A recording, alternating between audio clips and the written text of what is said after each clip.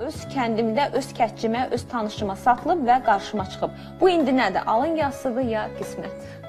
Bu arada alın yazısı, yenə deyirəm, o anlamda demək olmaz. Ola bilər ki, hansısa bir əməl nəticəsində Allahın belə deyək, onun üçün təyin elədiyi bir müsbət müqəddəratdır. Yəni qismət demək olar. Qismət var. Qismət baxımdan ki, siz məsələn biz deyirik ki, filan nemət mənə qismət olsun. Bəli, bu qisməti Allah yazır, amma nəyin əsasında yazır? Yenə də bizim əməllərimizin nəticəsində. Biz məsələn bir yaxşı bir iş görə bilərik, bizə ziyarət qismət ola bilər. Məsələn, o əməlin nəticəsində bu nemət nəsib olur. Ya maddi nemətlər.